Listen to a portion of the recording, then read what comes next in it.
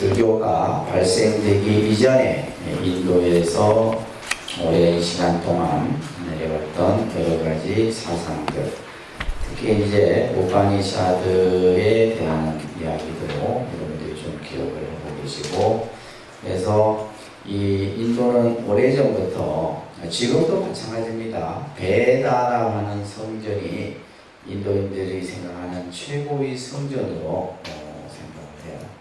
그래서 이 베다 가운데서도 네 종류의 베다 중 리그 베다라고 하는 거죠. 가장 오래된 베다의 형태예요.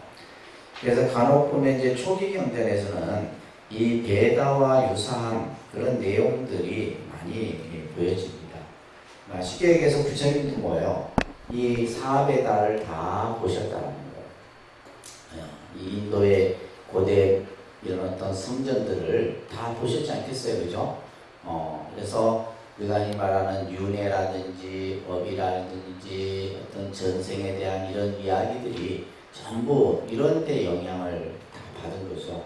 근데 이제 이런 것들을 이제 기존에 이제 이런 어떤 우파니샤드라든지 베다에서 얘기했던 것에서 머무는 것이 아니고, 불교는 이것을 말 그대로 불교의 개념으로서 이제 또 새롭게 정립하고 만들어서, 그러니까 이제 어떤 사람들은 뭐 업이라는 개념이든 또 우리가 해탈이라는 용어든 또 이런 용어들이 이제 불교 용어인 줄 이렇게 아는데, 이제 인도에서 오래전부터 내려오는 그런 개념들이라는 것.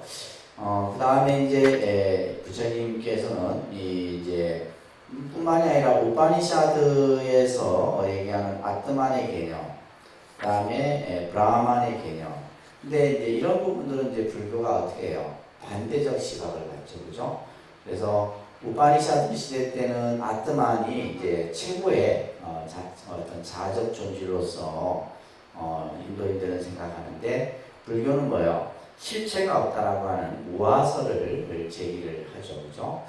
또한 반면에 이제 인도인들이 브라만이라고 하는 모든 것은 어떤 절대적인 어떤 존재, 실체 이런 것들을 이제 우파니샤드에서 얘기를 하는 반면에 불교는 뭐요? 그런 것은 없다. 모든 것은 뭐에 의해서 어떠한 절대자의 어떤 창조론 속에서 만들어지는 것이 아니라 모든 것은 연기에 의해서 만들어진다.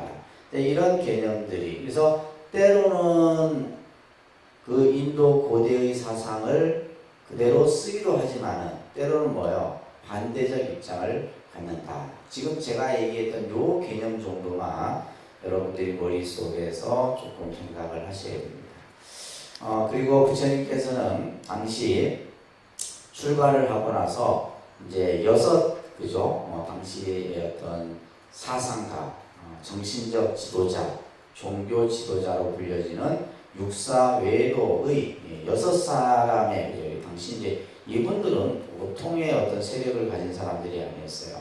그래서 여러분들 135쪽에 보면 이제 이 인도 사회가 농경 사회에서 이제 상공업 사회로 발전이 되면서 뭐가 만들어지고 거사라는 이제 이런 용어들이 만들어지게 되고, 그 거사 중에서도 이제 최고의 그 정말 요즘 말로 하면 이제 작은 회사의 사장이 아니라 뭐요?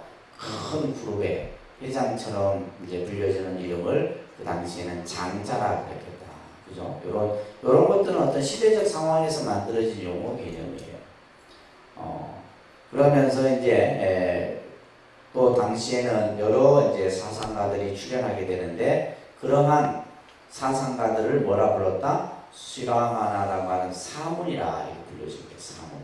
그래서 우리가 보통 이제 이 사문도 이제 불교에서 이제 출가한 스님들을 사문이라 하는데, 이 시라마나라고 하는 것은 당시에 이런 어떤 사문 집단들이 이미 형성이 되어 있었다는 거죠.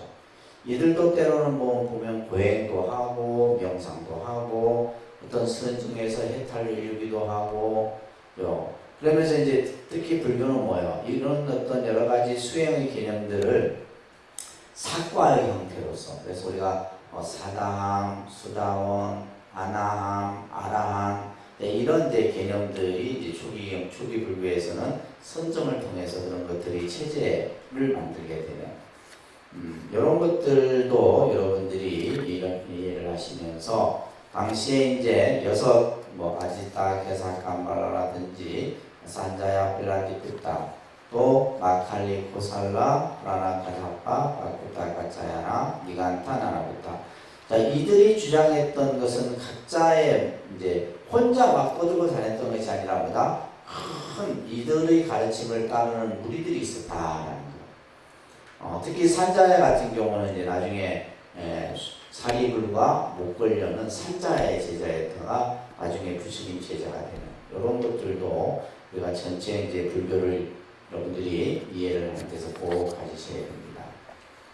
그러다 보니까 이제 우리가 불교가 보면 어떤 때로는 보면 철학적 사고가 또 필요로 하는 문제들을 많이 다루기도 해요. 종교라는 것이 어떤 종교 하나만을 다루는 것보다는 여러 가지 분야를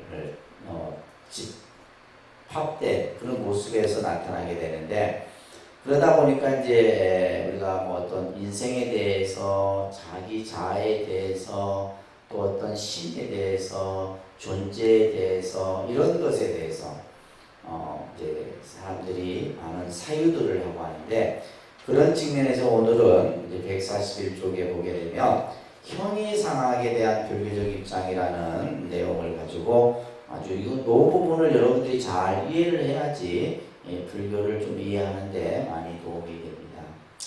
자, 교재를 한번 보시면 제일 처음에 뭐라 써 있냐면 불교의 가르침은 현실적이고 실천적인 면이 강하죠, 그죠? 그래서 항상 우리가 불교를 얘기할 때 어떤 불교는 내세지향적이고 또 비현실적이고 이런 종교가 아니라 현실에서의 모든 그러한 우리들이 풀어야 될 우리의 근본 문제를 불교는 제시해주고 있다는 거예요. 그래서 이런 현실적이고 실천적인 면이 강하다. 이게 불교예요. 그죠? 그런데 초경험적 사실에 대한 논의, 말이 좀 어렵습니다. 초경험적 사실은 뭐예요? 내가 전혀 경험해보지 않았어. 여러분들 죽음을 경험해봤습니까? 그죠? 죽음이라는 것은 초경험적 사실이에요. 또 예를 들면 우리는 기껏 해봤자 옛날에는 더 짧은 삶을 살았잖아요. 그죠? 지금이야 의학이 발달되고 과학이 발달돼서 우리가 70년, 80년, 90년, 100세까지도 살지만은, 근데 그 이전에 내가 살아보지 않았던 그 이전의 어떤 세계, 또 또한 죽고 나서의 어떤 미래에 대한 어떤 이런 문제들, 이런 것들은 초경험적 사실이잖아요. 내가 경험해보지 않은 거예요. 경험을 뛰어넘는 이런 것에 대한 논의를 뭘로 배척했다? 희론이라는 말은 뭐냐? 그냥 이것은 그냥 어떤 논제의 대상이 될 수 없는 그냥 우리가 지나가다 하는 농담 정도, 이런 것으로 그냥 불교는 이런 문제들에 대해서 배척을 하고 희론을 초월한 것이 불교의 입장이다. 그러니까 예를 들면 우리가 사람들이 간혹 도에 대해서 보죠. 도를 예를 들면 도를 묻는 사람이 도를 모르는데 답을 해준들 도를 알겠어요. 이런 것들은 쓸데없는 논쟁이다 이 말이에요. 이런 것들을 뭐라 한다? 희론이란다. 희론. 그러면서 불교에서는 형이상학적인 입장에 대해서 어떠한 태도를 가지고 있는가? 초기 불교는 따라합니다. 초기 불교는 우주의 기원과 범주. 예를 들면 이 우주가 어떻게 해서 형성이 되었느냐, 그죠? 이 세상이 어떻게 이루어져 있느냐. 그러니까 이제 우리가 인도는 이미 이 부처님 당시 때는 인도는 점성술을 비롯해서 천문, 지리, 과학, 의학 이런 분야들이 굉장히 발달됐던 나라입니다. 그래서 지금 이제 우리가 지금 시대에서 바라보는 시각하고 예를 들면 2600년 전에 당시 인도라는 그러한 문화는 또 다른 문화예요. 근데 그들은 이미 별자리를 보고 또 예를 들면 어떤 지형을 보고 또 어떤 과학적인, 그러니까 이제 쉽게 말해서 우리 신체를 몸을 해부해 보지도 않고서 뼈가 어떻게 구조되어 있고 말하자면 몸의 전반적인 것을 다 경전 같은 데서는 그것을 다 설하고 있어요. 부처님께서. 그렇듯이 이제 그런 어떤 이야기들이 많이 언급이 되는데, 그래서 우주의 기원과 범주, 그 다음에 또 뭐요? 영혼과 자아의 본질, 따라합니다. 영혼과 자아의 본질. 저희 영혼의 문제는 지금도 21세기도 사람들이 관심을 갖는 문제예요. 그죠? 사람이 죽고 나면 어떻게 되느냐예요. 그죠? 영혼이 있느냐 없느냐. 예를 들면 영혼이 있다라고 했을 때 간혹 보면 어떤 이제 우리가 이제 우란 문제가 이제 얼마 안 남아요. 그러면 이제 여러분들이 조상의 유패를 어떤 분이 뭐라 나한테 얘기를 했는데 갑자기 생각이 안 나네. 뭐 예를 들면 서울에도 모시고, 예를 들면 부산에도 모시고, 대구에도 모신다면 그 영가가 어떻게 가겠냐. 그죠? 여러분들 단순하게 그렇게 생각하는 분들이 많습니다. 근데 그거는 그런 관점에서 바라보면 안 되는 거예요. 그 부분은 나중에 이제 설명을 드리겠지만, 그래서 우리가 예를 들면 영혼이라고 하는 것이, 그러니까 이제 불교에서 보면 49일이 되면 그 영혼은, 그죠? 본래가, 오늘 이제 우리가 윤회 전생이라든지, 그러면 인도인들은 윤회를 어떻게 생각했는가? 그러면 이러한 윤회서는 불교에서 그대로 받아들입니다. 그랬을 때 사람이 죽고 나서 어떻게 윤회하는가? 그러면 예를 들면 그 윤회의 주체는 누구냐? 그죠? 윤회의 주체는 영혼이다, 이 말이에요. 그것을 우리는 보통 뭐, 이제 식이라고도 표현을 해요. 식이라고도 표현하는데, 과연 이러한 부분들에 대해서, 그 다음에 이제 우리가 예를 들면 나는 있는가? 나는 누구인가? 이게 자아의 본질이죠. 그죠? 이런 문제들. 또 예를 들면 사후 성자의 상태 등의 문제. 예를 들면 부처님은 사후에 존재하느냐. 이거 2600년 지났는데 지금 부처님이 계시느냐. 이런 물음들. 이것을 뭐라 한다? 형이상학이란다. 다시 말해서 내가 경험해 보지 않은, 내가 알 수 없고 볼 수 없는 이러한 문제들. 근데 간혹 보면 이제 불교 신자들이 이런 문제에 그냥 이제 어떤 시비를 가리려고 하는 사람들이 간혹 있어요. 이런 것들은 전부 형이상학에 대한 문제들이다. 그래서 불교 이전의 사상가들이 제시한 여러 가지의 이제 이러한 형이상학적인 명제들, 이런 것들을 14가지 또는 10가지라고 우리가 얘기를 하는데, 이것을 14무기, 신무기라는 말로서 합니다. 그러니까 14무기. 보통 이제 14가지의 무기, 무기라는 말은 나중에 뒤에 설명을 할 거예요. 그러니까 14종류에 대한 이런 어떤 형이상학적인 것들에 대한 생각을, 그러면 이제 이런 문제들이, 이것은 아마 인류가 태초에 만들어진 이후에도 계속 제기됐던 문제고 지금도 제기되고 있는 문제들이에요. 근데 불교는 이것을 어떤 입장에서 취하느냐 말이에요. 이걸 아는 게 오늘 공부의 핵심입니다. 상부경전에 보게 되면 아첼라 카샤파가 이런 질문을 해요. 이것도 이제 우리가 이제 일상에서 할 수 있는 질문이에요. 괴로움이라는 것이, 이제 불교가 괴로움의 문제를 다루는데, 그 괴로움이 어디에서 괴로움이 생기느냐. 우리가 괴롭다 하잖아요. 그죠? 우리가 괴롭다라고 하는, 내가 지금 괴롭다라고 하는 그 괴로움이라는 것이 도대체 어디에서 발생이 되느냐. 그래서 첫째는 자기 자신에게서 일어난다. 이것을 뭐라 하냐면, 고해 자연기라고 해요. 그런데 고해 자연기. 좀 어렵습니다. 그죠? 근데 우리가 이제 일반적 상식에서 이해를 하면 조금 쉬울 수 있어요. 괴로움이 나한테 일어나는 건가? 내 자신에게서 일어나는 건가? 아니면 두 번째, 괴로움이라는 것이 다른 것으로부터 일어나는 것이냐. 괴로움이라는 것이 뭐요? 다른 어떤 외적인 상황에서 발생이 되는 것이냐. 근데 예를 들면 봐요. 내가 지금 돈 때문에 괴로워. 돈 때문에 괴롭다 했을 때 그 괴로움이 도대체 어디에서 일어나는 거예요? 우리는 그냥 돈이라고 하는 요 문제를 생각할 수 있는데 아니죠. 그렇게만 또 볼 수 없다 이 말이에요. 그래서 괴로움이라는 것이 다른 것으로 야기된 것이냐, 또 아니면 세 번째는 뭐요? 자기 자신과 다른 것으로 양쪽에서 같이 일어난 것이냐, 또는 네 번째는 뭐요? 괴로움이라는 것이 자기 자신도 아니고 다른 것으로도 야기된 것이 아닌가. 이거는 뭐냐면 괴로움이라는 것은 뭐 예를 들면 뭐 내 자신이든 외부든 이런 어떤 데서 일어나는 것이 아니다. 자, 이러한 질문을 부처님에게 해요. 근데 부처님의 표현을 보세요. 부처님이 예를 들면 부처님의 어떤 제자들의 질문에 대해서 yes, no 이런 딱 정확한 답변을 할 때도 있으시지만 특히 이제 금강경 같은 데서 이제 수구리하고 대화하는 내용도 보면 그런 표현들이 나와요. 상대의 생각을 꺾어버리질 않아요.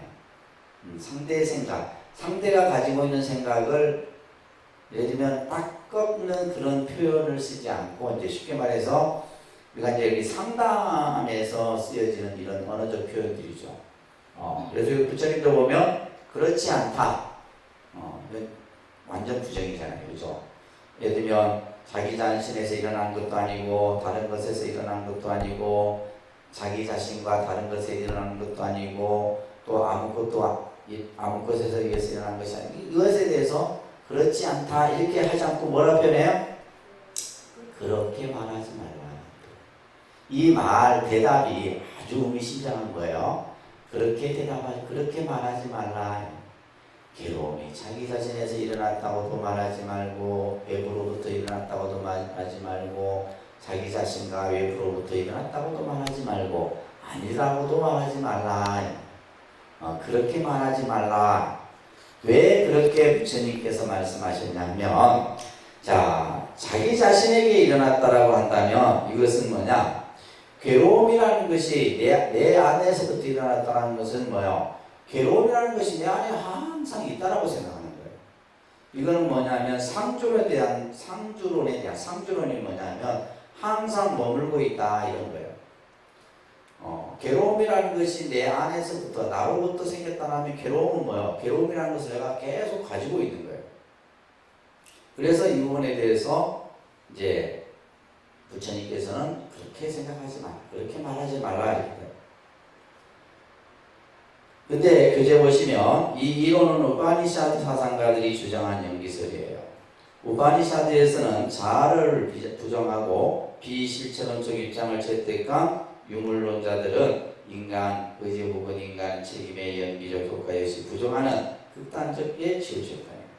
그래서 우파니샤드 사상가들의 관념론적 형이상행에 대한 일종의 편견에서 이것이 비롯됐다라고 보고 있다. 이렇게 지금 정리를 하고 있는데, 그래서 괴로움이라는 것은 내로부터 발생됐다. 이것도 부처님께서는 긍정을 하지 않으셨어요. 두 번째는 또한 괴로움이라는 것이 밖으로부터, 외부로부터 일어난 것이다 라는 것으로 또에 대해서도, 그러면 이것은 뭐야? 단멸론적으로 치우칠 수 있다 이런 생각에서 부처님께서는 그렇게 말하지 말라 얘기를 한 거예요. 단멸론은 뭐예요? 그러니까 괴로움이라는 것은 항상 외부에서 일어난다. 내 안이 아닌 외부에서 일어난다. 이것은 뭐냐면 단멸이라는 것은 뭐냐면 한쪽 생각이 딱 한쪽에 치우친 생각을 단멸론이라고 해요. 세 번째는 이제 이 두 가지를 다 포함하고 있기 때문에, 그죠? 네 번째는 뭐냐면 연기 자체에 대한 부정이에요. 그래서 부처님께서는 이런 문제에 대해서 그렇게 말하지 말아라, 그렇게 생각하지 말아라 이렇게 얘기하는 거예요. 자, 이와 더불어서 이런 문제들이 이제 계속해서 언급이 되는데, 이제 사류 10종의 난이라고 하는 논의가 형이상학적인 문제에서 언급이 돼요. 자, 첫 번째입니다. 세계는 상주하는 것인가? 자, 큰 소리로 세계는 상주하는 것인가? 상주한다는 것은 영원한 것인가? 이 세상은 영원하냐 이 말이에요. 영원한 것이냐? 그 다음에 혹은 무상하는 것인가? 상주하면서 무상한 것인가? 상주하는 것도 아니고 무성한 것도 아닌가? 이런 식의 이제 여러 가지 이 문제들의 생각들을 이제 가지게 되는 거예요. 그래서 이제 크게는 이 세상은 영원한가 영원하지 않느냐. 그 다음에 세계는 말합니다. 세계는 유한한 것인가 무한한 것인가? 유한이라는 것은 어디에서 어디까지 기간이 있는 것은 유한이고, 그죠? 무한은 기간이 없는 거죠. 그래서 세계는 유한한가 무한한가? 또 그러면서 유한하고 무한한 것인가? 유한하지도 않으며 무한하지도 않는 것인가? 이제 조금 이제 사고가 깊은 사람들은, 그래서 우리가 이제 예를 들면 이제 뭐 극단적 종말론적인 생각을 가진 사람, 이 세상은 언젠가는 그죠 끝이다. 끝이기 때문에 지금 우리가 이 지구 말고 하늘의 세계에 가야 된다. 이게 뭐 아주 말도 안 되는 그런 이제 생각을 가진 사람들이 있죠, 그죠? 근데 불교는 지금 이러한 문제에 대해서 어떤 태도를 취하고 있는가 이 말이에요. 이게 중요한 거예요. 또 신체와 영혼은 같은 것인가? 따릅니다. 신체와 영혼은 같은 것인가? 그래서 우리가 예를 들면 우리 이 육체와 정신은 같은 것이냐 아니면 다른 것이냐. 그래서 사람들을 보면 같다는 사람도 있고 다르다는 사람도 있고, 그죠? 다 틀려. 그 다음에 네 번째 보시게 되면 열애는 사후에 존재하는가 혹은 존재하지 않는가? 예를 들면 이제 기독교적인 입장에서는 신의 문제이기도 해요. 신은 영원하냐 영원하지 않느냐. 그래서 그러니까 기독교 역사에서도 보면 이 신과 관련된 언급으로 인해서 많은 사람들이 고충을 당하기도 하고 합니다. 그래서 니체 같은 경우는 신은 죽었다 이렇게 갖고 이제 사형을 당하기도 하죠, 그죠? 그렇듯이 마찬가지로 이제 우리 불교적 입장에서 보면 부처님은 그죠?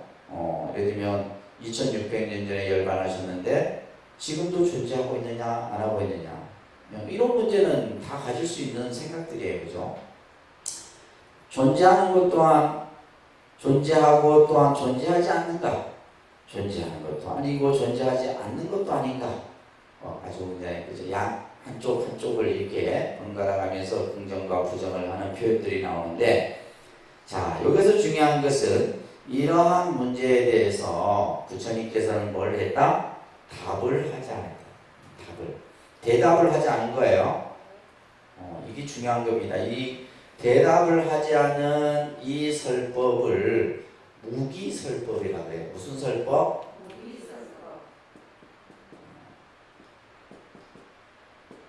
무기설법이라고 해요. 무기설법. 부처님께서는 이 물음에 대해서 답을 하지 않으셨어요. 그러니까 예를 들면 우리가 그냥 누가 말도 안 되는 질문을 하면 그냥 씹고 마는 게 답이에요. 그러니까 예를 들면 그거에 대해서 이렇쿵저렇쿵 불교는 그런 걸 말하지 않는다. 무기, 그죠? 답을 하지 않은 거예요. 답을 하지 않았어요. 자, 이것을 무기라고 하며 이와 같은 14가지 문제를 그것을 십사무기라고 한다. 이것을 사치기 혹은 답이라고도 하는데 대답을 하지 않고 그대로 둔다 이런 얘기예요. 자, 이런 이제 이야기가 이제 여러 초기 경전에서 나오고 있는데, 지금 보시게 되면 중부 경전에 이 마룬카수타라고 하는 마룬카푸타라고도 표현하죠, 그죠? 유명한 이제 여러분들이 꼭 기억해야 되는 것이 바로 독화살의 비유입니다. 뭐의 비유요? 독화살의 비유. 우리는 불교를 공부하면서 여러 가지 부처님이 우리들에게 이렇게 비유로 우리들을 이해시킨 여러 가지 설법들이 있어요. 그래서 중도를 설명할 때 어떤 비유를 했어요? 검은고주의 비유. 뭐의 비유? 기억나세요? 그런 것들이 기억이 나야 됩니다. 우리가 중도라는 것이 뭐냐라고 했을 때 그 중도를 뭐의 비유를 통해서? 검은 꼬줄의 비유를 통해서, 그리고 이 형이상학의 문제에 대해서는 바로 독화살의 비유를 통해서. 그래서 이제 우리가 부처님의 설법은 어려운 것이 아니에요. 왜냐하면 어려운 문제를 부처님이 얘기할 때는 반드시 뭐다? 비유를 가지고 설명을 합니다. 그래서 여러분들 이제 법화경 같은 데서는 보면 7가지 비유가 나와요. 그죠? 우리 중생이 사는 세계를 뭘로 비유했어요? 3계 화택의 비유로, 불타는 집의 비유로 했잖아요. 그죠? 화택의 비유. 이런 식으로 전부 비유에 대한 이야기들이 나와요. 근데 그런 것들을 여러분들이 다 같이 잘 이해를 해야 되는데, 이 마루카프타라고 하는 이 사람은 수학자였어요. 수학자라고 하는 것은 굉장히 논리적 사고를 가지고 있습니다. 그죠? 합리적이고 논리적인 사고를 가지고 있는 부처님의 제자였는데, 부처님께 이제 앞에서 지금 얘기했던 세계는 상주하냐, 상주하지 않느냐, 유한하냐, 무한하냐, 신체가 영혼은 동일하느냐, 다르냐, 그 다음에 열애는 사후에 존재하느냐, 존재하지 않느냐 라고 하는 질문을 하면서 부처님께서 만약에 답을 주지 않는다면 저는 부처님의 가르침을 따르지 않겠습니다 라고 해요. 부처님이 그런데 이 질문에 대해서 뭐요? 답을 하지 않으셨어요. 그냥 떠나가 버립니다. 부처님 곁을 떠나버려요. 그리고 나서 이제 후에 아난이 그 설법을 다 대화를 듣고 있었을 거 아니에요. 그죠? 아난은 항상 부처님 옆에 있었으니까. 아난이 이렇게 부처님께 얘기를 해요. 부처님이시라면 그 물음에 대해서 충분히 답을 해 주실 수 있었을 텐데 왜 답을 해 주시지 않았습니까? 이렇게 이제 부처님께 질문을 해요. 그러자 부처님이 이런 얘기를 합니다. 내가 그 사람에게, 그 마루카프타에게 유한하다, 무한하다, 있다, 없다, 영원하다, 영원하지 않다라는 답을 해준다면 그 사람은 뭐요? 내 말, 있다, 없다라는 그 말에 집착할 것이다. 그게 세상의 이치가 아닌데, 정확한 답이 아닌데, 그래서 사실은 그것보다 더 중요한 것이 있다. 이거는 중요한 문제가 아니다 이 말이에요. 이 지금 우리가 앞에서 얘기했던 문제나 지금 이 문제는 뭐예요? 우리가 살아가는 현실에서 중요한 문제가 아니다. 그래서 가장 중요한 문제가 뭐냐라는 우리 삶에 있어서 그것을 비유로 표현하는 것이 바로 독화살의 비유예요.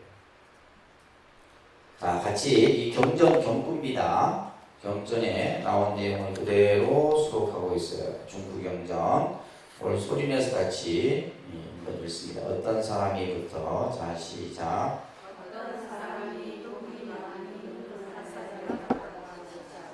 그의 몸과 친척 그를 위해 의사를 부르러 갈 것이다.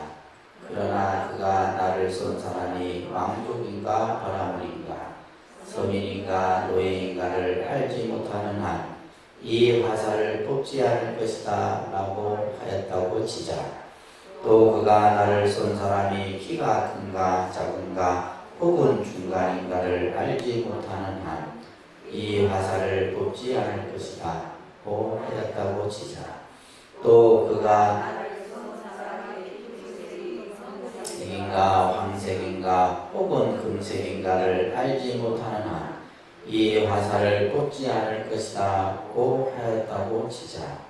또 그가 나를 쏜 화살이 보통 활인가 강육인가를 알지 못하는 한 이 화살을 뽑지 않을 것이다 고 하였다고 치자.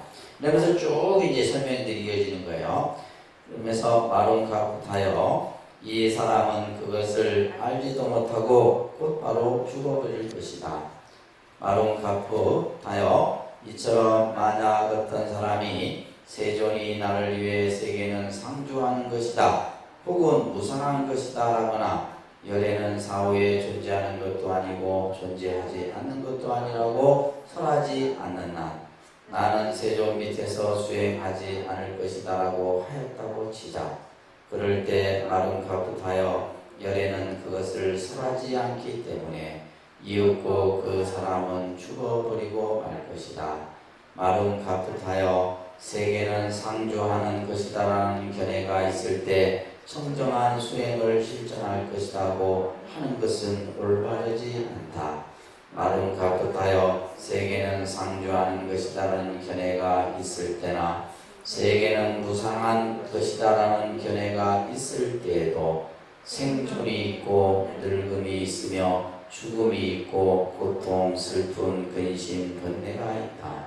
나는 지금 현실에 있어 이러한 것들의 제압을 설하는 것이다. 이렇게 지금 이제 중국 경전에 여러분들 자꾸 경전 좀 많이 읽으셔요.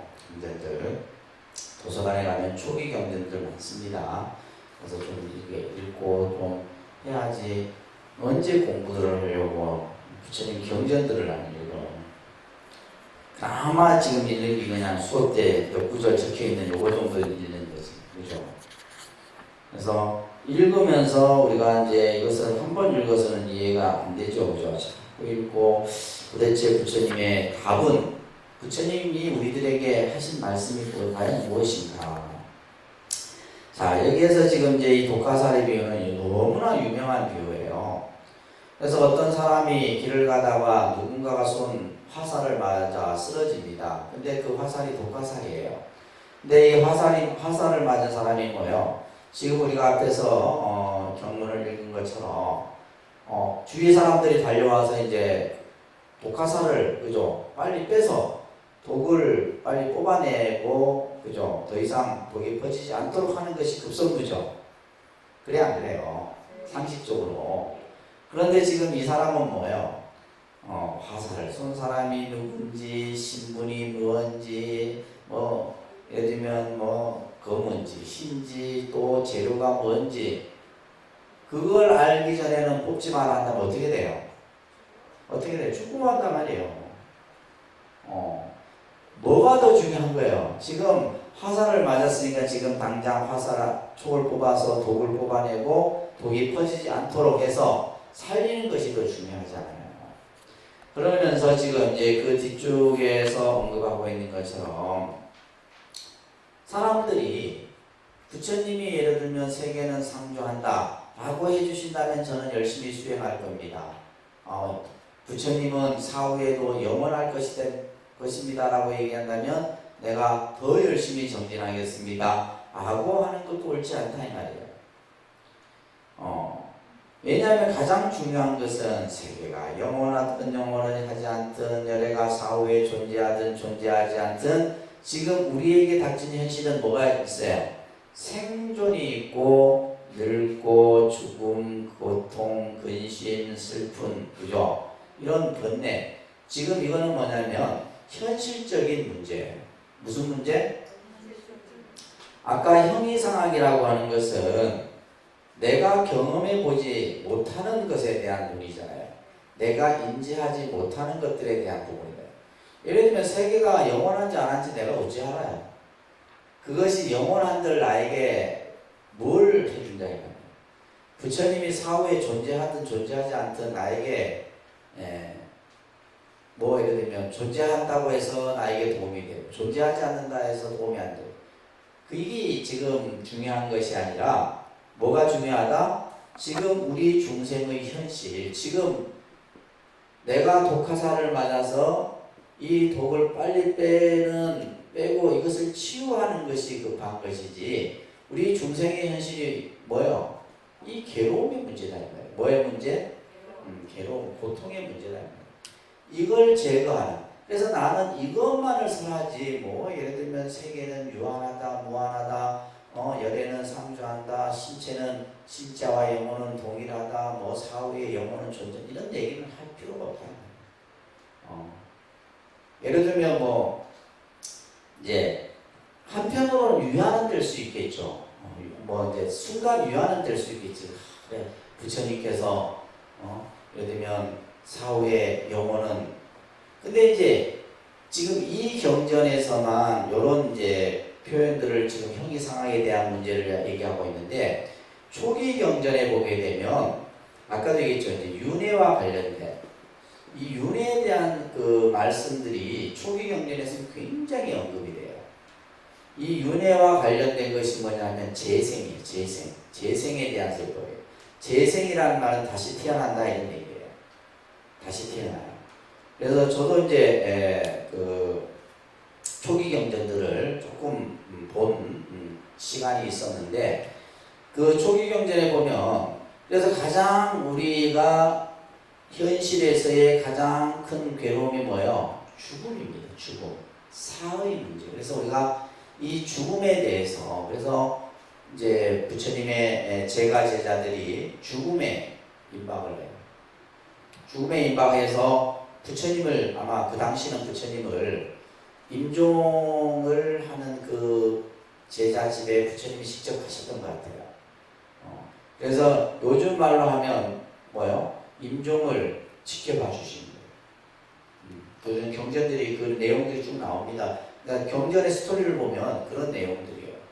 그래서 임종을 지켜보면서 이제 이 제자는 이 제가 신자는 뭐요? 생전에 교단에 그죠? 열심히 나가서 부처님 말씀을 듣고 또 나름대로 도시도 하고 선행을 하고 이렇게 했겠죠. 그렇지만은 마지막 죽음에 임박했을 때 뭐에 대한 두려움? 죽음에 대한 두려움. 그리고 또한 죽음과 더불어서 그죠? 우리는 지금 죽음을 얘기하지만 죽음을 아직 경험해 보지 못한 사람들이잖아요. 뭐에 대한 두려움이냐면 사후, 내가 죽고 나서의 사후에 내가 어떻게 될 것이냐라고 합니다. 사후에. 근데 인도인들은 뭐요? 아까 얘기했잖아요. 불교가 발생되기 전에 이 사람들은 윤회를 알고 업을 알고 그죠? 이런 생각들의 문화 속에서 살았던 사람들이에요. 그러니까 죽음에 임박했을 때 이 사후에 대해서 두려운 거죠. 그래서 실제로 그렇답니다. 우리가 임종을 할 때 사람들이 가장 큰 고통이 바로 뭐야? 이 사후에 대한 두려움이랍니다.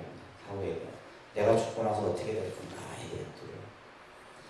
그래서 물어요. 누구에게? 부처님에게. 부처님이시여, 제가 그래도 살아생전에 부처님 법을 만나서 교단에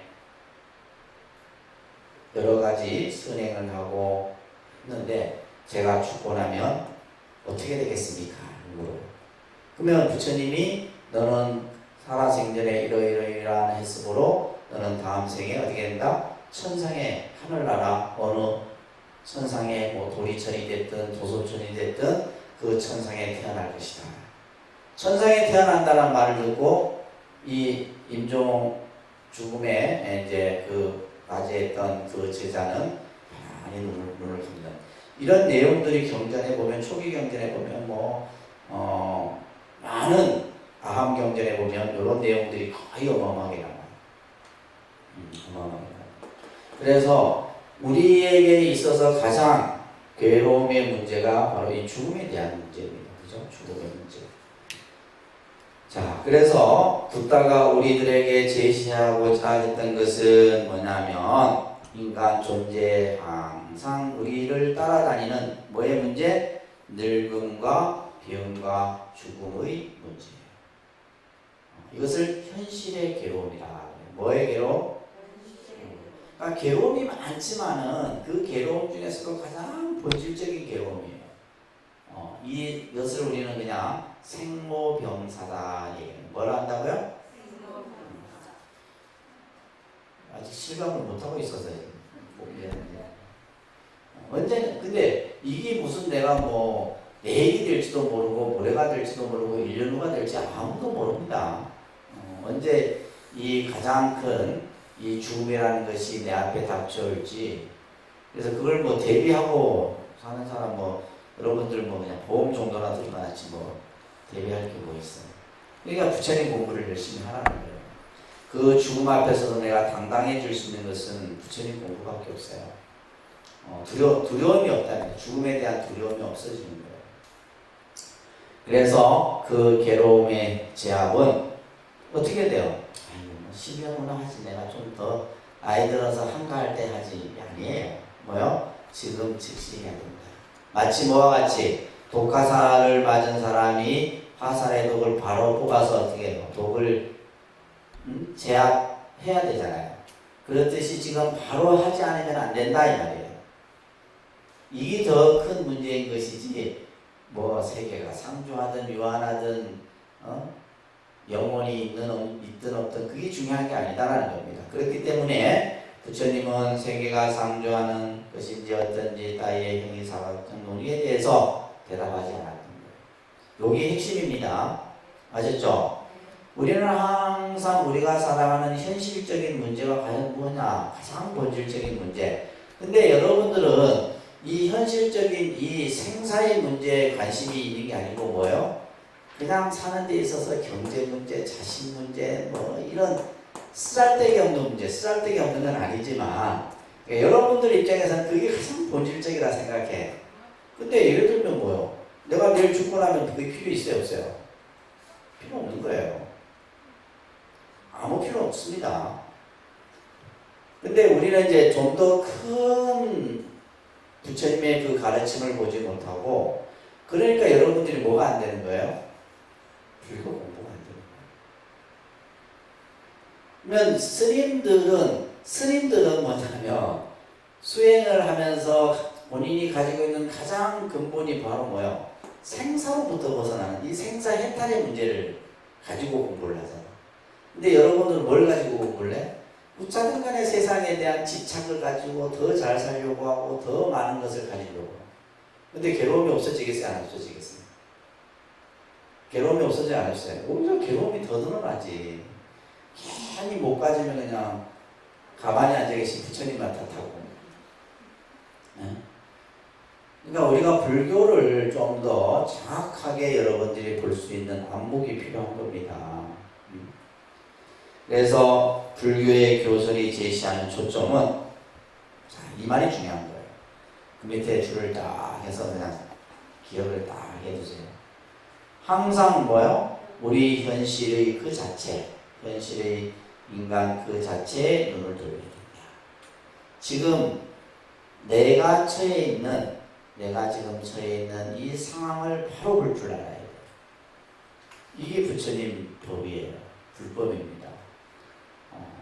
그래서 이제 앞으로 이 공부를 하신 분들은 형이상학에 관심을 가질 필요가 없어요. 무슨 말인지 아시겠어요? 형이상학에 대한 관심을 가질 필요도 없고 그 답은 부처님이 해줬다 안 해줬다? 답을 하지 않았어요. 그것보다 더 급한 건 뭐다? 지금 내 현실의 가장 본질적인 문제에 대해서 눈을 항상 가져야 된다.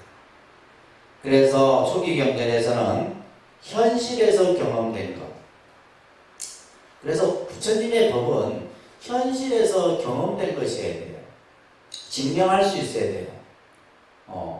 우리가 예를 들면 사후의 문제나 이런 것들은 현실에서 증명되고 경험할 수 없잖아요. 현실에서 경험된 것이어야 되고 시간을 가로막지 않는 것. 시간을 가로막지 않는 거라는 것은 뭐냐면 지금 당장 말이에요. 그리고 여기서 와서 보아야 할 것. 지금 내가 그것을 확실히 내 눈으로 인지할 수 있는 것에 대해서만 부처님이 법을 설하셨다. 이런 얘기를 여러분들이 꼭 기억을 하셔야 됩니다. 그러면서 밑에 구절 소리내서 같이 읽습니다. 마룬 카프타여 내가 그대들에게 설명하지 않은 것은 무엇인가? 나는 세계가 영원하다든가 유한하다든가 라고 설명하지 않았다. 그리고 나는 세계는 유한하다든가 무한하다든가 또는 세계가 끝이 있다든가 없다든가 하는 문제를 설명하지 않았다. 마룬 카프타여 왜 내가 그런 것들에 대해 설명하지 않았는가?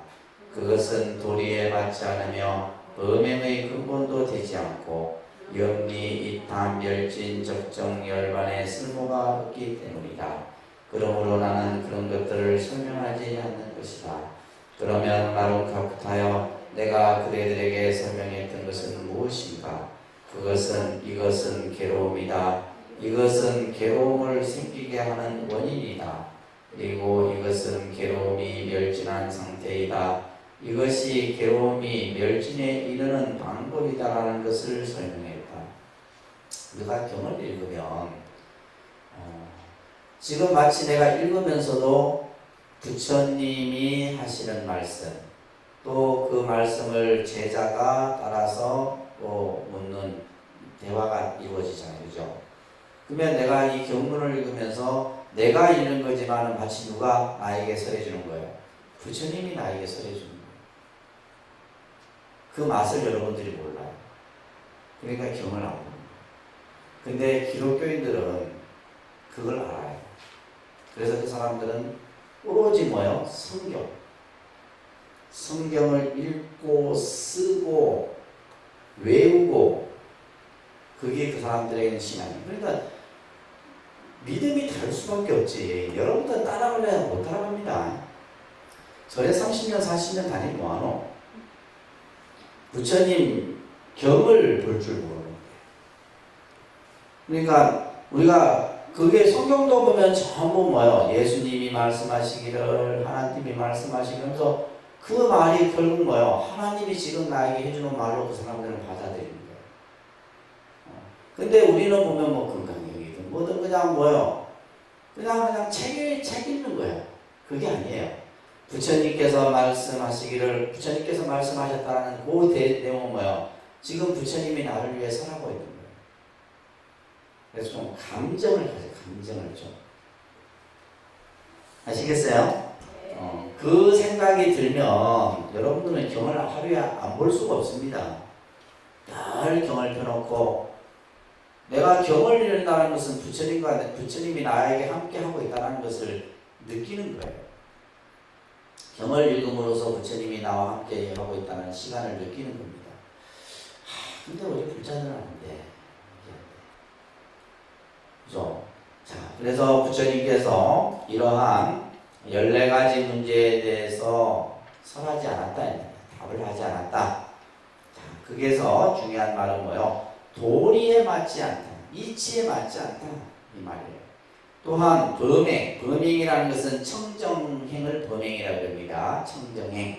그 청정행의 근본도 되지 않고, 또한 열반과 해탈에 아무런 도움이 되지 않기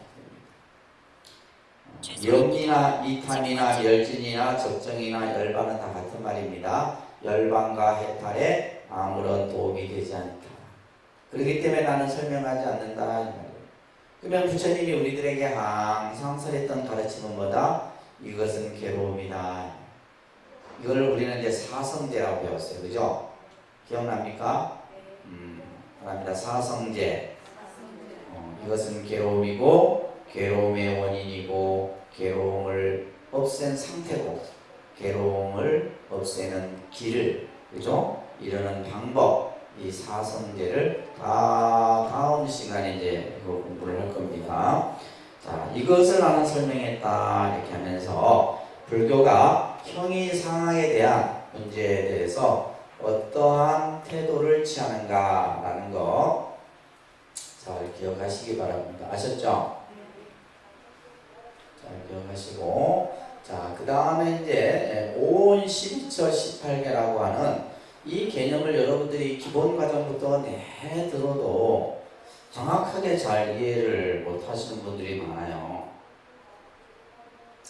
이 5원 12처 18개는 뭐 불교의 교리라기보다는 부처님의 가르침을 여러분들이 이해하는 데 있어서 기본 이해의 토대가 되는 내용이에요. 자, 한번 볼게요. 오늘은 그냥 중간에 이 업윤회까지 다 나가려면 그냥 쭉 해야 될 것 같아요. 인도 불교는 인생의 고통으로부터 해탈을 탐구하는 종교다. 그래서 인도에서 불교가 발생이 돼서 이제 불교가 초기 불교, 부파 불교, 대승 불교를 하면서 불교가 쭉 중국으로 또 동남아시아로 불교가 쭉 전개되잖아요. 그런데 이 초기 불교, 인도 불교는 인간의 괴로움, 그것으로부터 벗어나는 길을 제시하는 가르침이었어요. 사람은 현실에서 생활하고 있고 언제나 객관세계와 조화롭지 않은 직접적이고 밀접한 관계를 갖고 있다. 불교에서는 우리가 사는 현실 세계를 뭐에 비유를 했다? 괴로움의 세계로. 그래서 이제 우리가 이 중생세계, 이 중생세계에서 우리는 해탈, 그죠? 열반의 세계를 항상 여러분들이 그것을 같이 이 개념으로 이해를 해야 됩니다. 그래서 중생세계는 우리가 경전에서 보게 되면 차안 이렇게 표현해요. 그러니까 차안. 차 이쪽이다 이 말이에요. 그러니까 우리로 치면 독립선언은 저 다리 건너는 차안이에요. 다리 건너오면 어떻게 돼요? 이쪽은 뭐가 되고 피안이 되는 거예요. 뭐가 된다? 피안. 피안이라는 말을 우리가 이제 불교에서 많이 쓰는데 피안의 세계로 가자. 피안의 세계는 뭐요? 해탈 열반의 세계예요. 해탈 열반의 세계. 중생 세계는 차. 이거는 바로 뭐라 그랬어요? 괴로움의 세계입니다. 뭐의 세계? 네, 고의 세계. 그래서 우리가 화택이다, 고해다 이런 표현을 써요. 그래서 중생 세계를 우리가 이제 또 다르게 표현하면 사바 세계라 하는 거. 무슨 세계? 이렇게 줄줄줄 나와야 됩니다. 다 같은 말이에요. 전문 과정에서는 이렇게 막 연결해갖고 다 이해할 수 있는 여러분들이 교리적 개념을 가지고 있어요. 그 다음에 이 해탈은 뭐요? 그죠? 니르바나, 멸반, 락의 세계예요. 그러니까 결국 불교는 여기에서 여기로 가는 거예요. 근본 목적이 괴로움으로부터 벗어나는 거. 괴로움의 문제로부터 벗어나서 해탈 열반의 세계로 이루고자 하는 것이다.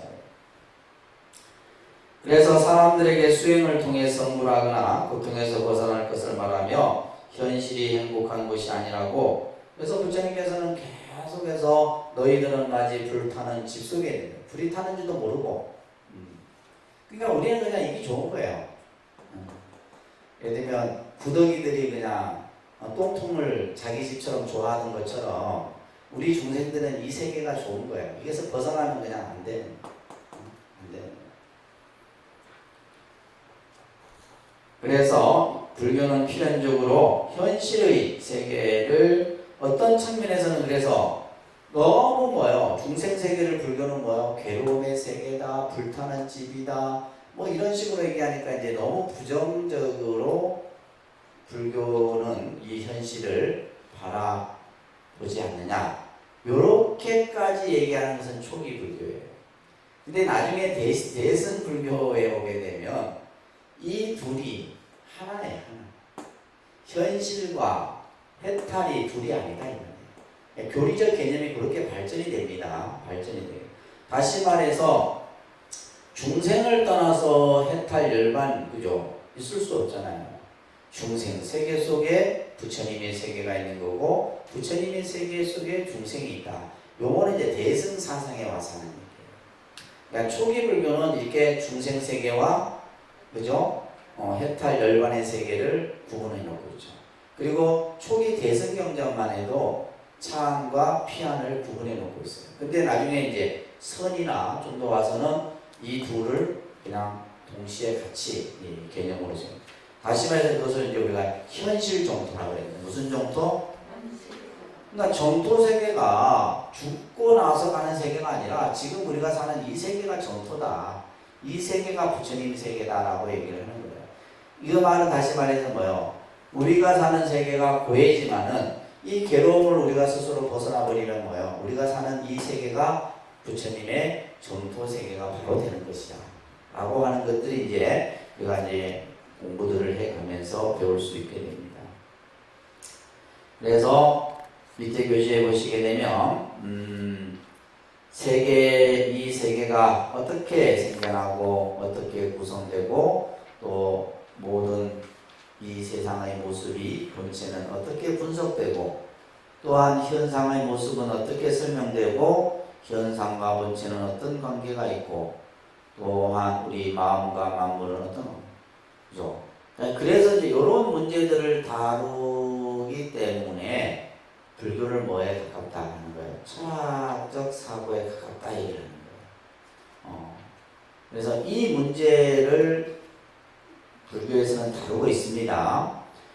자, 그래서 이 문제를 과학적 측면에서 보면 불교는 천문학, 지리학, 지질학, 생물학, 원자론. 그래서 이제 불교를 과학이라 하는 거예요.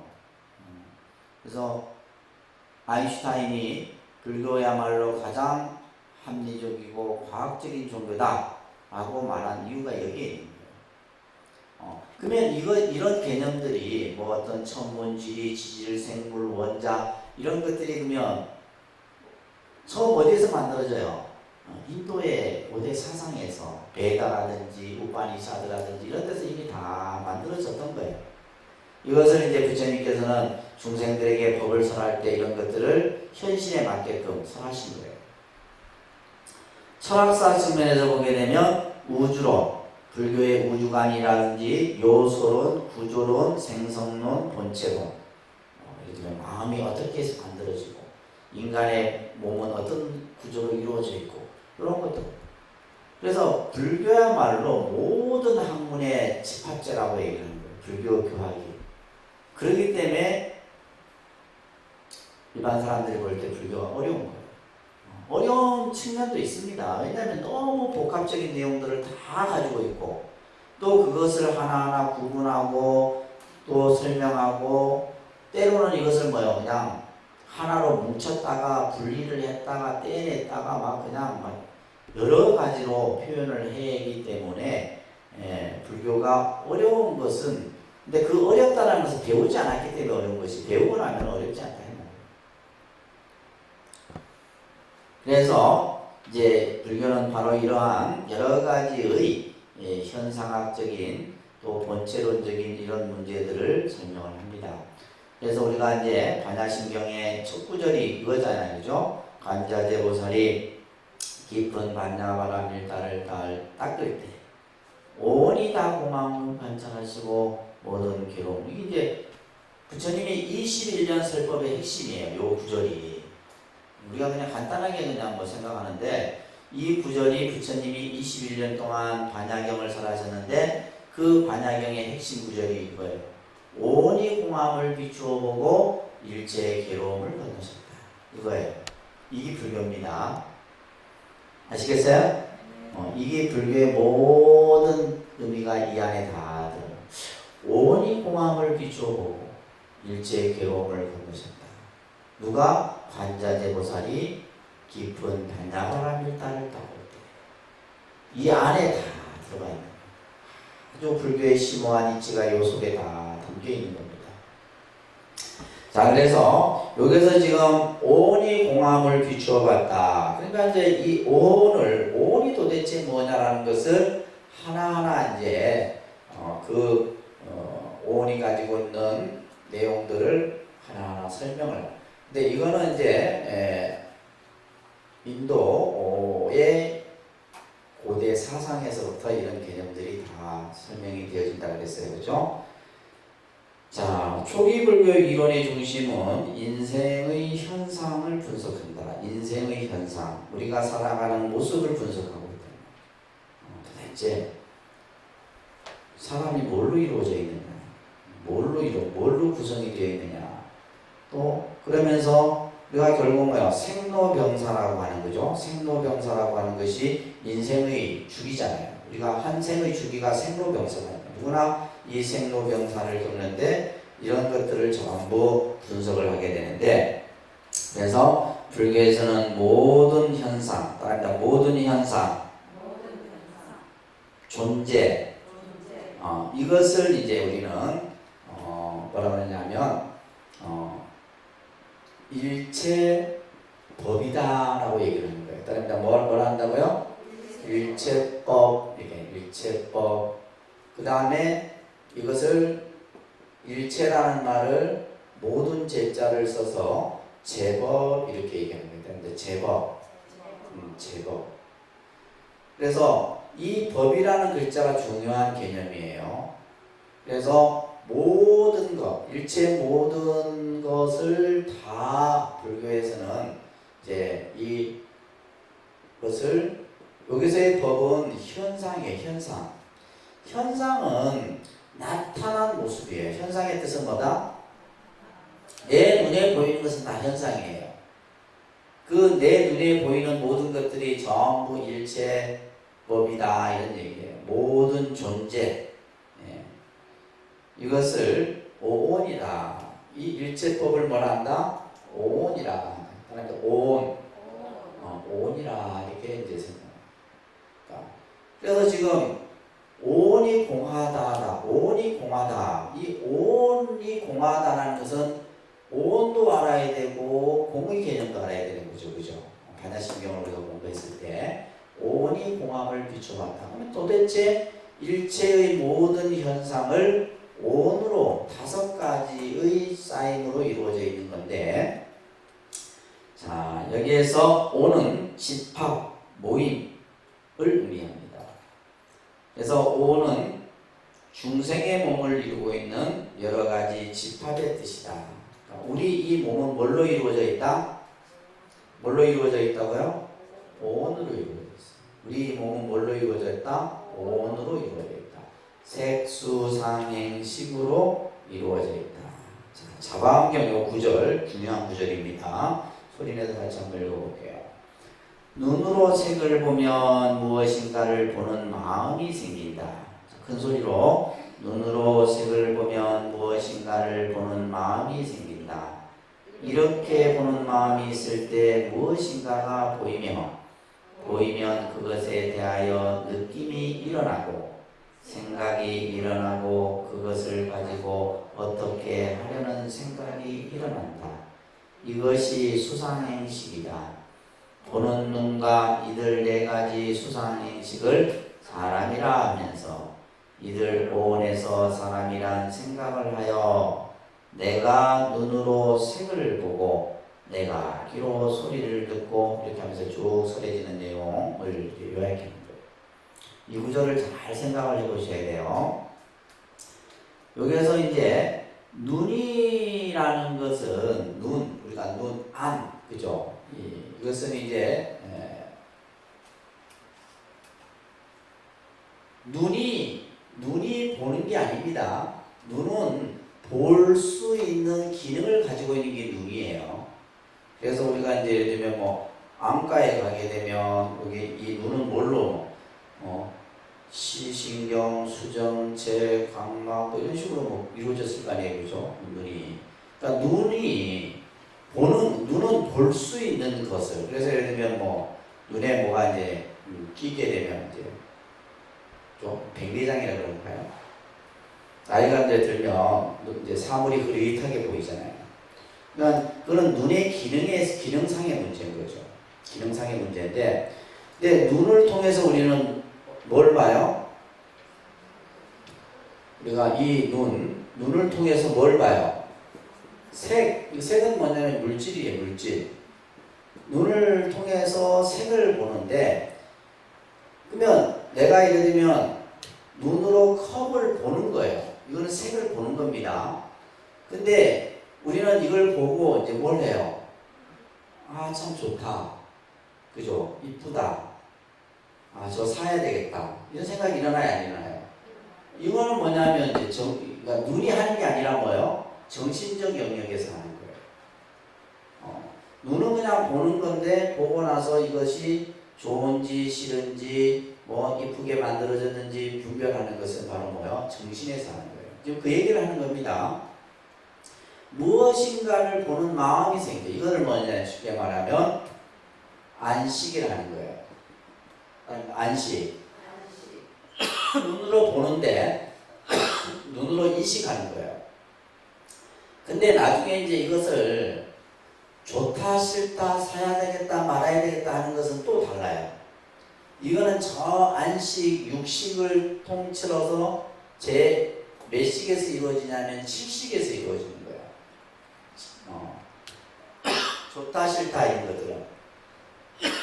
그렇다가 우리가 이제 의식을 얘기할 때 제8식이 있죠, 그죠? 8식이 있는데 제8 아레아식에 어떻게 돼요? 여기에서는 이제 이게 뭐냐면 딱 뭐가 되는 거예요? 이거 내가 나중에 사야지. 사야지 생각은 어디에 되는 거야? 안식에 그 제8 아레아식에서 저장이 되는 거예요. 이거를 매들면 좋다, 이쁘다, 뭐 하다, 뭐 하는 건 몇 식에서 제7식에서 이루어지게 돼요. 그래서 모든 눈만 그런 게 아니에요. 코, 혀, 몸 다 똑같은 과정을 통해서 제7식에서 뭐하고 분별을 하고 제7식에서 뭘 한다고요? 분별을 하는 거예요.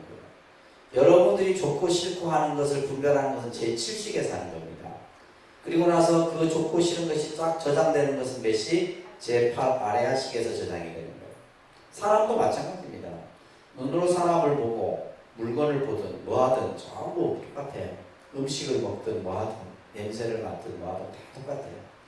그래서 다 전부 뭐요? 다 각기 다 다른 거예요. 자, 그래서 이제 첫 번째 보시게 되면 색은, 자, 이제 이 내용은 여러분들이 전문 기본 과정에서 한번 듣고 전문 과정에서 한번 듣고 천수경 공부하다 한번 듣고 이제 한 서너 번 들었어. 이제 여기서가 마지막이야.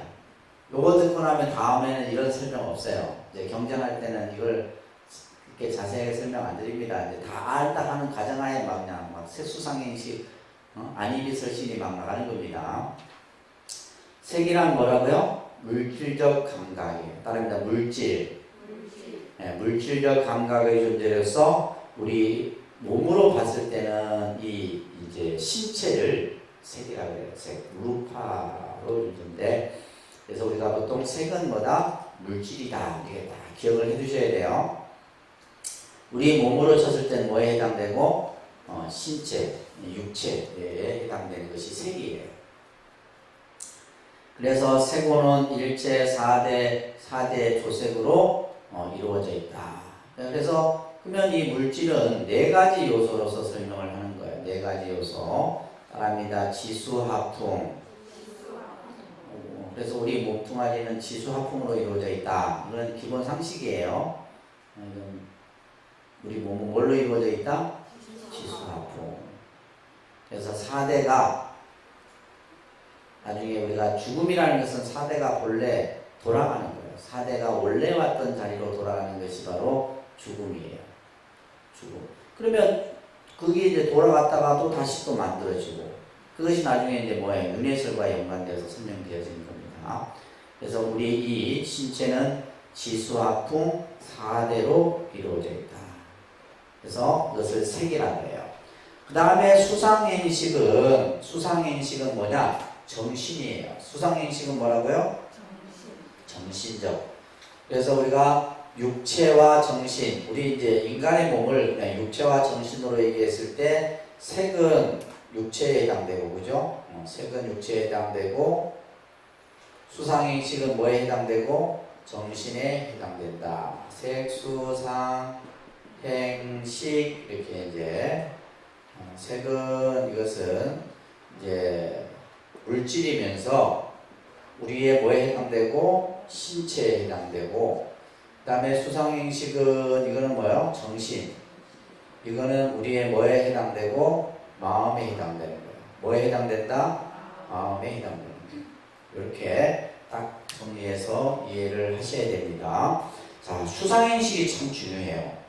그죠? 색은 그냥 물질의 요소로 네 가지 요소로 이루어져 있는 거고 그 다음에 이제 정신적 요소는 굉장히 그 내용들이 좀 몇 가지가 있어요. 첫 번째가 수입니다. 그러니까 수란 뭐라 되어 있어요? 감각 혹은 감수작용이다. 이렇게 되어 있어요. 그래서 감수작용. 쉽게 말해서 뭐냐면 느낌이에요. 느낌. 수는 뭐다? 느낌이죠. 이 숫자가 받을 숫자입니다. 그래서 외부의 자극에 대해서 우리가 감각을 통한 지각, 인상 등을 받아들이는 것. 이거는 수예요. 그래서 내가 지금 눈으로 지금 컵을 보는 것은 이것을 통해서 내가 이 컵을 받아들이는 거잖아요. 이건 수의 작용이에요. 수. 그래서 우리가 눈, 귀, 코, 혀, 몸의 작용에서 생겨나게 된 느낌인데 이것은 세 가지가 있다. 괴롭다, 즐겁다, 그저 그렇다, 불고불락 이런 세 가지 삼수의 개념이 설명되어집니다. 그 다음에 이제 수라는 것을 느낌이라는 것은 여러분들이 대충 잘 쉽게 이해를 하는데 상이 어려운 겁니다. 상이. 상. 수와 상은 달라요. 상은 뭐라 돼 있어요? 상은 표상작용이다. 그러니까 표상작용. 표상작용인 용어 자체는 어려운데 쉽게 말해서 이미지예요. 이미지를 떠올리는 겁니다. 이미지를 떠올리는 거예요. 우리가 예를 들면 생각을 일으켜서 뭔가를 떠올리는 거, 이게 상의작용이에요.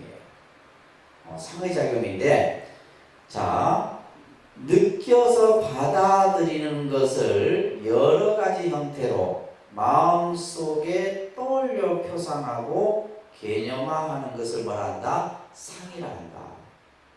자, 예를 들면 우리가 어떠한 물체를 보고, 그죠? 그 물체를 보고 새로운 생각을 일으켜서 이미지를 떠올리는 경우들이 있잖아요. 그죠? 예를 들면 우리가 쉽게 얘기해서 여름에 그 물을 내가 접촉해 보지 않았지만은 여름에 흐르는 물을 보면 어떻게 해요? 시원하다는 거예요. 이건 뭐예요? 상의작용이에요. 근데 겨울에 막 물은 뭐예요? 내가 손도 안 대봤지만 뭐예요? 춥다라는 거. 이미지의 상. 그래서 우리가 꿈의 작용에서, 꿈에서는 이 상의 작용이 많이 일어나는 겁니다. 상의 작용이에요. 내가 지금 여러분들이 낮에 막 보고 듣고 생각하고 했던 모든 것들이 뭐예요? 전부 어디에 저장이 된다? 아래아식 속에 다 저장이 돼요. 근데 이게 지금 이게 순서를 가지고 설명하니까 이렇지만 이거는 뭐예요? 순간 찰나만 그냥 이루어지는 거예요. 우리가 예를 들면 어떤 물체를 보고 내가 느끼고 또 다른 것에 눈을 통해서 느끼고 귀로 느끼고, 그죠? 이게 막 동시다발적으로 우리가 하루에서 그런 정보들을 받아들인다는 거예요. 그리고 나서 잠을 자면서도 우리가 의식을 하게 되는데 그 잠자는 의식 속에 뭐예요? 이미지화돼서 나타나는 것이 상의 작용입니다. 이것을 이성활동, 개념활동이라 하는데, 사람이 대상에 대해서 여러 상, 예를 들면 푸르고 누르고 길고 짧고 남녀 불합 등의 상에 대해 집착해서 여러 명언 개념들을 형성하게 되는데 이것을 뭐라 한다? 상이라 한다. 그래서 사물의 대상은 외계의 사물만이 아니라 기억한 내용들, 그렇죠? 우리가 낮에 보고 듣고 생각했던 모든 것들이 다 그것 또한 뭐예요? 나중에 이미지화돼서 나타나는 거예요. 그러니까 우리가 예를 들면 사람을 봐도 뭐예요? 저 사람 참 선하다. 이건 뭐예요? 상이에요. 내 의식 속에서 뭐가 일어난 거예요? 상의 작용이 일어나는 거예요. 저 사람 딱 사기꾼 같아.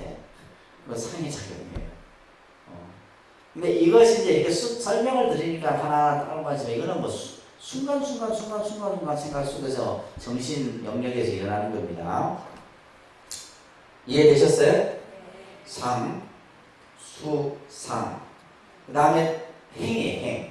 행은 뭐냐면 의지작용이에요. 이건 의지작용인데, 이것을 보통 우리가 행을 이제 업이라는 용어를 같이 써서 이해를 하기도 합니다. 여기서는 지금 사라 이렇게 되어 있는데, 대상에 대해서 내가 그것을 적극적으로 생각을 일으키는 거예요.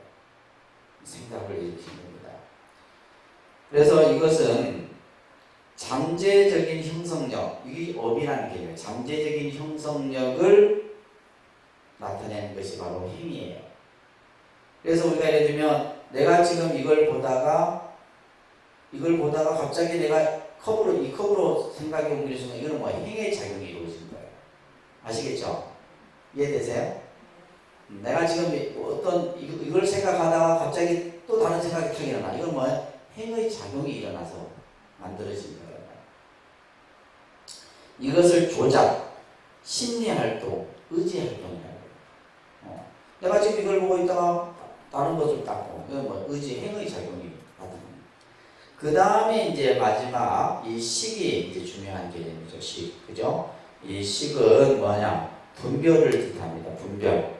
대상을 분별하는 거예요. 뭘 분별한다? 식의 개념은 뭐다? 대상을 뭐 한다고요? 분별하는 거예요. 이게 이제 우리의 정신 영역에 있어서 굉장히 이제 중요한 개념이에요. 그러니까 여러분들이 번뇌가 많다라는 것은 뭐예요? 분별의식이 많다라는 거예요. 우리가 번뇌가 많이 일어나잖아요. 생각이 많다는 것도 마찬가지로 분별의식이 많이 일어난다. 그냥 무심히 보면 되는데 우리는 보면 뭐 좋다, 싫다, 뭐다, 어쩌고 막 생각을 막 일으키는 거예요. 그래서 분별해서 알아내는 식을 식이라는 이것을 바로 뭐냐 인식이라고 해요. 뭐라 한다고요? 인식, 판단 작용으로서 대상을 구별하고 인식하는 작용을 말합니다. 또한 마음 작용 전체를 통과하는 작용도 이 식이 가지고 있고 또한 마음 자체를 가리킬 때도 식이다. 그래서 우리가 이제 이 수상행식이라고 하는 이 정신적인 것은 내가 느낌을 받아들이고 이미지를 떠올리고 마음의 의지가 움직여서 어떠한 대상을 인식하는, 그러니까 이 세 가지가 전부 어떤 요 안 속에 다 포함되어 있는, 그렇게도 이제 우리가 표현을. 근데 이 수상행식은 지금 우리의 어떤 정신적인 활동 자체를 이렇게 따로 이렇게 설명을 하고 있는 거예요. 오온이 뭐다? 중요한 개념이에요. 왜 반야신경에 많고 많은 여러 내용 중에 오온이 공함을 비추어보고 괴로움에서 벗어나느냐. 이 오온을 왜 얘기를 하느냐면 일체가 오온이기 때문에 일체는 다 뭐다? 오온으로 이루어져 있다. 이렇게 부처님께서 말씀하셨습니다. 우리의 마음도 오온 안에 있죠. 우리의 물질, 육체도 다 오온 안에 있기 때문에요. 이 세상의 모든 존재도 전부 뭐다? 오온으로 이루어져 있다. 그래서 지금 이제 이 오온을 설명하는데 이 오온은 물질적인과 정신적인 면으로 되어 있지만은 이것이 자아에 대한 집착의 원인이 된다는 것에서 그래서 이제 우리가 이 오온에 집착하는 것을 오치온이라고 합니다. 오온에 집착하는 것을 뭐라 그래요? 오치온. 아까 오온이 공하다 했는데 우리 중생들은 뭐예요? 오온이 또 있다라는 생각을 가집니다. 오온에 집착하는 이 오치온이라고 합니다. 자, 따라하니까 오온설은 우리의 존재를 분석하여 우리의 잘못된 자의식에서 벗어나 무아의 이치를 설하기 위해서 설해진 것이다. 자, 부처님이 왜 이 오온을 얘기했느냐라는 것은 바로 뭐요? 오온이 공함을 일러주기 위해서 우리들에게 얘기하는 거예요. 근데 우리는 뭐냐면 부처님이 오온을 얘기했으니까 오온이 오온이라는 것이 있구나 생각하면 뭐가 되고 오치온이 되고 오온이 공함을 여기서 무아의 이치라는 것은 공을 얘기하는 겁니다. 오온이 공함을 얘기하는 것은 바로 뭐다? 이제 부처님이 이 오온을 우리들에게 설한 근본적인 이유다. 그러면서 우리가 예를 들면 그냥 공하다라는 사람들이 이해하지 못하잖아요. 그것을 이제 그 일체가 구성하는 5가지를 뭐요? 색수상행식이라고 하는 것을 하나하나 분석해서 이것을 이제 우리들에게 설명을 하고 있는 거예요. 자, 그 다음에 12처라는 것이 있어요. 12처. 오온 12처 18개는 꼭 이해하셔야 됩니다. 모르면 책을 10번이라도 보세요. 이걸 이해 못하면 불교 이해 못하기 힘들어요. 반야신경도 이해 못하고 다 이해 못해요. 근데 이거는 그냥 우리가 내가 지금 살아가는 현상의 모습을 분석해 놓은 거예요. 지금 오온 같은 경우는 뭐예요? 나를 지금 분석해 놓은 거예요. 그죠? 나는 뭐다? 물질과 정신으로 이루어져 있다. 근데 이것은 결국 뭐 한 거예요? 공한 것이에요. 그래서 나중에 반야의 공을 이해할 때도 이걸 꼭 이해를 해야 됩니다. 이 12처는 우리의 존재를 인식론적 구조에 근거해서 인식론적, 그러니까 쉽게 말해 정신적인 영역을 지금 얘기하는 거예요. 12개 혹은 18개의 영역으로 구분하는데 이것을 12처, 18개라 한다. 그런데 12처는 일체 존재 현상을 성립시키고 있는 12개의 의지처를 말한다. 근데 이것이 예를 들면 의지처라는 말이 중요한 거예요. 12개의 의지하는 장소예요. 자, 먼저 육근을 여러분들이 먼저 이해를 하셔야 돼요. 그런데 육근, 육경, 육식, 이것을 이제 12처 18개라고 설명을 합니다. 먼저 내가 가지고 있는 거예요. 이게 없는 걸 얘기하는 게 아니라 아까 불교는 뭐라 그랬어요? 내가 알 수 있고 느낄 수 있는 걸 얘기한다 했지 그냥 뭐 저 우주에 있는 얘기를 하는 게 아닙니다. 그래서 육군은 뭐예요? 그런다 안이비설신의. 자꾸 이렇게 해서 입에서 읽어야지만 이해하기가 쉽습니다. 그런다 안이비설신의. 요게 이제 육근이기 때문에 전부 뭐가 붙어요? 근이 붙어요. 안근, 이근, 비근, 설근, 신근, 의근 붙어요. 자, 이게 얘기하는데 여기에서 교재 보시면 내 육처인 육근과 외 육처인 육경, 육경이 있어요. 육경, 육근. 이거는 내라 그랬어요, 그죠? 안. 육경은 뭐요? 외.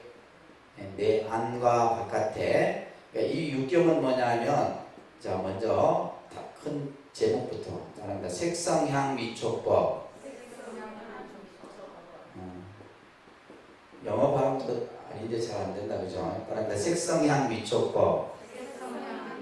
안이비설신의 색성향 미촉법. 그래서 반야신경은 계속 나오잖아요. 안이비설신의 색성향 미촉법. 그죠? 이게 이제 육경입니다. 이 두 개를 합해서 뭐라 그런다? 12처라 그런다. 뭐라 한다고요? 12처. 육군, 육경을 합해서 12처가 되는 거예요. 12처. 처라는 뜻은 뭐냐? 서로 만나는 곳, 작용을 일으키는 장소. 이 의미가 중요한 거예요. 이 첫자가 고쳐자인데, 다시 말해서 눈이 무엇을 만나고, 귀가 무엇을 만나고, 코가 무엇을 만나느냐. 그 만나는 곳. 그죠? 만나는 곳. 그 다음에 작용. 눈이 어떤 작용을 하고, 귀가 어떤 작용을 하고. 이해하기 쉽잖아요. 어려운 거 하나도 없는데. 용어가 아직 안 닿아서 그렇지. 그죠? 그래서 철학 뭐다? 만나는 곳이고 작용을 일으키는 곳이다. 그래서 육근이 육경을 만나서 뭐가 일어난다? 육식이 일어나는 거예요. 그러니까 육식. 자, 육식은 바로 뭐냐면 이것도 이제 안이비설신이에요. 안이비설신의 이렇게 됩니다. 여기는 식이 붙어요. 끝에는 그죠? 안식, 이식, 비식, 설식 이러면서 이제 식이 붙는 거예요. 그래서 12처는 다른 데서는 12입이라고도 합니다. 입 들어간다 이런 뜻이에요. 그래서 입이라는 뜻은 감각의 입구다 이런 뜻을 가지고 있다. 다시 말해서 우리가 보는 것은 눈을 통해서 보는 거죠. 우리가 무엇을 보는 것은 뭘 통해서? 눈이라는 것을 통해서 이루어지기 때문에 그것을 어떤 대상을 보기 때문에 입이라고도 표현하기도 하고 철하고도 표현한다. 그래서 예를 들면 이제 구역경전 같은 데서는 12입, 신약에서는 12처 이렇게 표현을 하는 거예요. 그 밑에 제일 하단에 보시게 되면 12처는 사람의 인식활동에 착안해서 구분된 것이다. 인식활동은 뭐예요? 우리가 보고 느끼고 생각하는 것들의 정신적인 작용을 말하는 거예요. 그래서 일꾼 중에 그죠? 5근이 첫 번째 뭐예요? 시각, 청각, 후각, 미각, 촉각. 이것을 오감이라고 해요. 오감. 그죠? 오감. 우리가 오감이 중요한 겁니다. 그래서 모든 번뇌는 이 오감으로부터 일어나는 거예요. 그래서 이 5가지의 감각기관이고, 의근은 심장을 뜻하기도 하고, 실제로는 뭐에 해당된다? 뇌. 우리가 뇌도 보면 소뇌, 대뇌, 중뇌 뭐 이렇게 있잖아요. 우리 이제 신체의 구조로 본다면, 이제 이 의는 뭐다? 의근은 어디에 해당된다? 뇌에 해당된다. 불교에서의 의근의 주요 기능이 기억과 추리로 이렇게 규정을 하고 있어요. 그러면 의근이 하는 활동은 뭐냐 하면 어떤 정보를 기억하고 저장하고, 그죠? 뇌의 기능이 그런 거잖아요. 어떤 정보를 전달하고 하는 기능들이 되는 거예요. 참 이게 불교가 과학적이에요. 아시겠어요? 그냥 이렇게 그냥 하는 게 설명하는 이거는 지금 여러분들 교재하기 때문에 이렇게 간략하게 지금 요약해 놓은 거지 실제로는 더 복잡합니다. 자, 그래서 육근은 단순한 신체의 기관을 의미하는 것이 아니라 지각활동 내지 인지활동을 의미하는 감각기관과 사유기관을 동시에 같이 가지고 있는 거예요. 그래서 감각적인 것과 그 다음에 뭐요? 사유하는. 그러니까 의라고 하는 이 영역이 이제 사유하는 기관이잖아요. 그죠? 따라서 육경은 인식 대상이며 그래서 이 육근은 주체, 인식의 주체가 되고 육경은 인식의 대상이 되는 거예요. 그래서 경이라는 말이 그러네. 경이라는 뜻이 바로 육근을 대하는, 상대하는 대상이 바로 육경이 되는 거예요. 육경. 자, 그래서 불교에서 오근은 5가지 감각기관에 해당되는데, 자, 설명이 하나하나 중요합니다. 오간에 분포되어 있는 특정한 성질을 가진 요소를 가리킨다. 예를 들면 우리가 육근에서 오근에서 안근은 안구를 말하는 것이 아니라 안구에 분포되어 있는 여러 가지 우리가 눈으로 볼 수 있는, 그러니까 쉽게 말해서 뭐요? 이 눈에는 뭐야? 아까 얘기했듯이 수정체, 각막, 시신경 이 전체를 뭐라 그래요? 안근이라 하는 거예요. 아시겠죠? 그러니까 눈 자체만을 말하는 게 아니라 그 눈이 볼 수 있는 여러 가지 신경 조직이라든지 의학적으로 여러 가지 어떤 또 볼 수 있는 수정체라든지 이런 전체를 뭐라 한다? 안근이라 이렇게 얘기하는 거예요. 그렇기 때문에 뭐요? 볼 수 있는 능력. 예를 들면 이제 우리가 눈이 문제가 생기면 안과에 가잖아요. 왜 안과에 가는 이유가 뭐냐면 눈이 아프거나 보여지는 초점이 불분명했을 때 안과를 가잖아요. 이거는 뭐냐면 안근에 문제가 생긴 거예요. 불교적인 용어로 진단해요. 그 다음에 이제 비근은 코가 아니에요. 비근은 우리가 코 요걸 얘기하는 게 아니라 이 안에 뭐요? 전체 냄새를 맡고 할 수 있는 모든 기능을 다 포함합니다. 우리가 코가 이상이 있으면 어디 가요? 이비인후과 가잖아요. 귀도 마찬가지죠. 그의 세 감각기관도 마찬가지예요. 이렇게 이제 설명을 합니다. 그래서 육근은 6가지 감각기관이에요. 그런데 육근은 6가지 감각기관을 말해요. 이거는 주관적인 거예요. 주관적인 거. 그 다음에 육경은 뭐냐? 감각의 그죠? 대상을 말합니다. 그래서 객관적인 거예요. 그러니까 안이비설신의 색성향미촉법. 자, 여기까지는 보면 눈이 그냥 뭐 하는 거예요? 대상, 물질을 보는 거예요. 눈이 볼 수 있는 것까지는 뭐에 해당되는 거예요? 육경, 육근이 육경까지가, 그러니까 12처에 해당이 되는 거예요. 근데 18개가 되게 되면 이 세 가지를 합하면 뭐가 된다? 18개가 돼요. 뭐가 된다고요? 18개라고 하는 개라는 또 용어가, 이 개는 영역, 분별 이런 뜻을 가지고 있어요. 영역이라는 의미를 가지고 있는데, 그래서 18개와 12처는 떨어질 수 없는 관계예요. 그래서 12처에 다시 육식을 덧붙인 것이 이제 18개라고 합니다. 이것을 말합니다. 근경식이라 해요. 말합니다. 근경식, 육근, 육경, 육식. 네, 그래서 이것을 우리가 스님들이 학교 다닐 때 외울 때는 근경식 이렇게 외워요. 근경식. 육근이 말합니다. 육근이 육경을 반영해서 육식을 인식한다. 이렇게 하는 거예요. 그러니까 우리의 정신 활동을 지금 얘기하는 거예요. 그러니까 우리는 그냥 단순히 보고 듣고 생각하고 이렇게 하는 것인 줄만 알았는데, 불교는 이것을 이런 식으로 육근이 육경을 통해서 육식을 인식하는 거예요. 자, 그래서 넘겨보시면 개의 의미는 여러 가지가 있지만은 어떤 한계, 그 다음에 종류 이런 의미를 가지고 있다.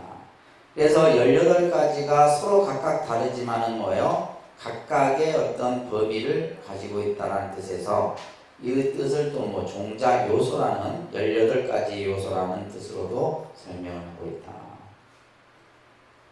그래서 불교에서는 이 18개가 우주의 모든 현상들을 보섭하고 우주의 만유의 총체적인 분류다. 그래서 이것을 인간에 한해서 지금 이제 인간의 의식 활동에 한해서 설명하지만은 모든 것을 우리가 표현할 때 5원, 12처, 18개 이렇게 이제 이것을 전부 총체적으로 얘기를 하는 겁니다. 자, 이걸 한번 보세요. 자, 이제 18개까지 육근은 6가지 감각이고 감각의 대상이고 인식의 주체가 되는 거예요. 아셨죠? 그러면 결국 우리가 자, 눈으로 어떠한 대상을 보죠. 보고 근데 이 색은 사실은 이게 동시에 이루어지는 거예요. 내가 눈으로 컵을 본다라고 했을 때는 뭐냐면 이미 뭐야? 안식까지 이미 다른 거예요. 내가 예를 들면 어떤 사물을 본다 했을 때는 이미 안식의 단계까지 온 거예요.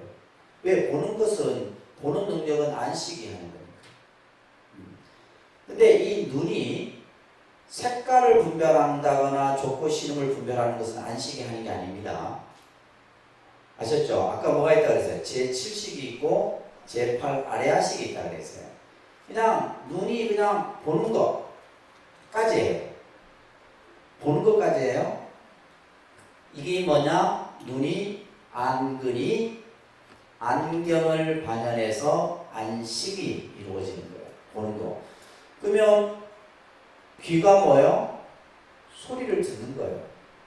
듣는 것까지입니다. 듣는 것은 예를 들면 여러분들이 예를 들면 뭐 칭찬, 누가 나를 칭찬하는 소리 들으면 기분이 좋잖아요. 이거는 이식이 하는 게 아니에요. 어디서 하는 거다? 제7식에서 하는 거예요. 소리 듣는 거예요.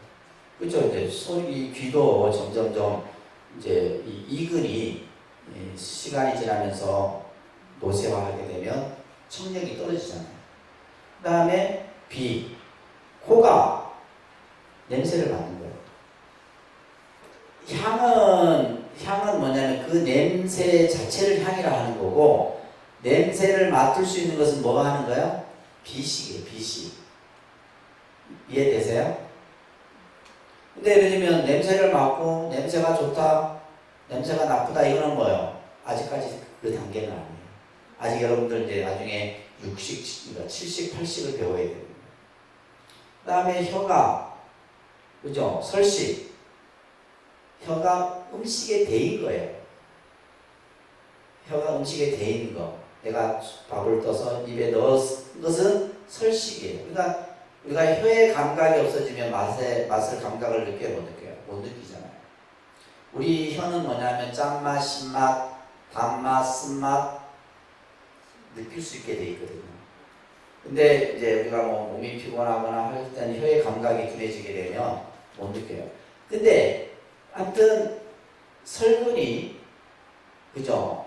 맛을 어떤 음식을 통해서 이제 딱 입에 넣는 순간까지예요.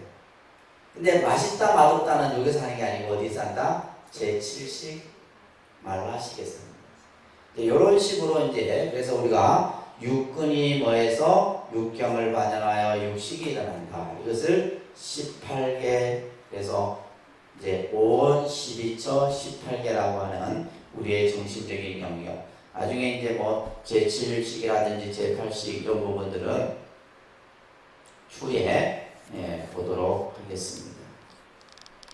시간이 벌써 다 그렇죠. 자, 요거는